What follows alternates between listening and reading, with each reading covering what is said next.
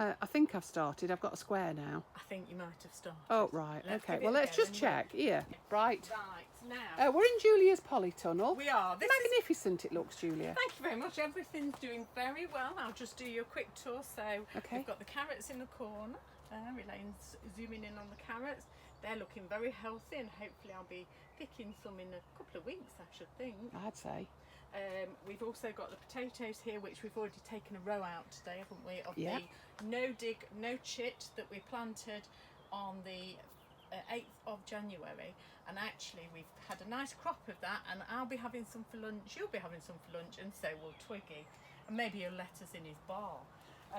Now, we've got tomatoes here. We've also got a cucumber growing, which has actually got baby cucumbers already on it, which is very exciting. You can see baby cucumbers are starting to form on this. So that's growing very healthily. We've also got some beautiful Lola Rosso lettuce there, and I've planted some outside, and they were planted exactly the same time, and these are about 4 times, 5 times the size, so are ready to pick and take. So that's what we'll be doing.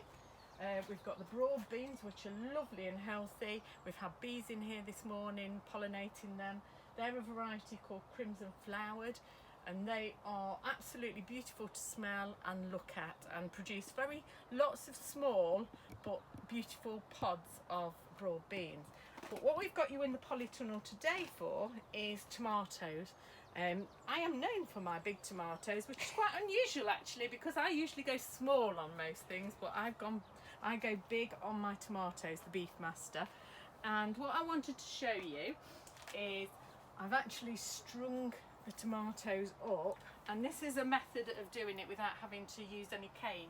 You can do this with pots if you wanted to plant in a pot in your greenhouse. So basically, let me see whether I've not got any string in here, but basically what I've done is I create a hole. Not become very prepared here, have I? Oh, hang on a minute. Hang on. You look like a chuffing dog. Oh, I've got some string there as well. So I create a hole.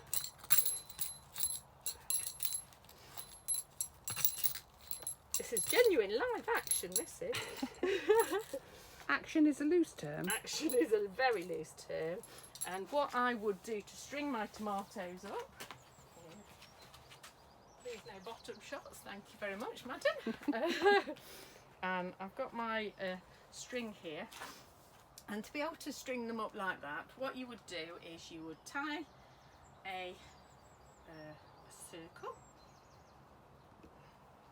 a loop as it were. That's what I'm doing here, and then I'm going to place that in the hole.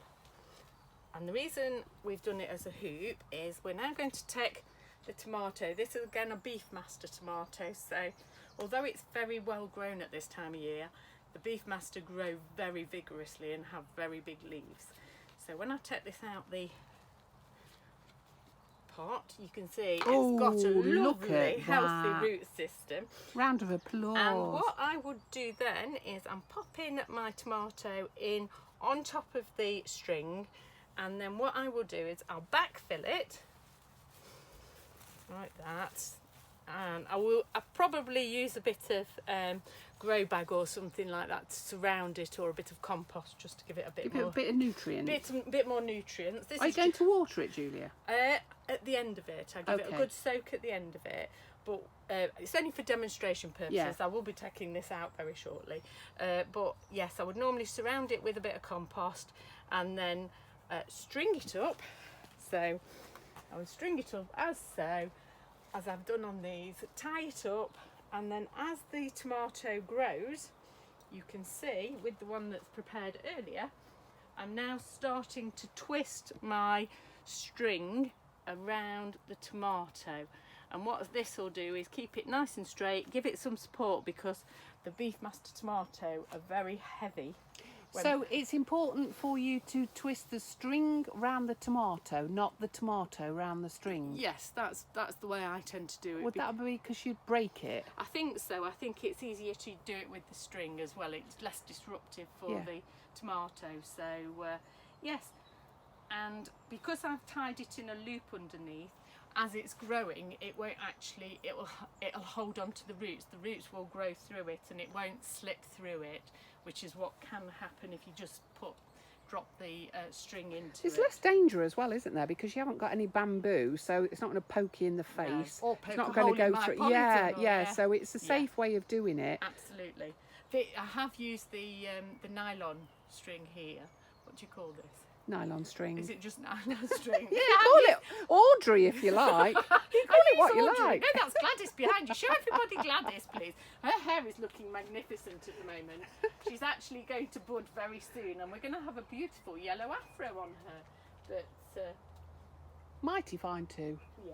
Anyway, back to the tomato. And this is with all tomatoes. Any tomato that's a cordon variety, or they used to call them indeterminate varieties.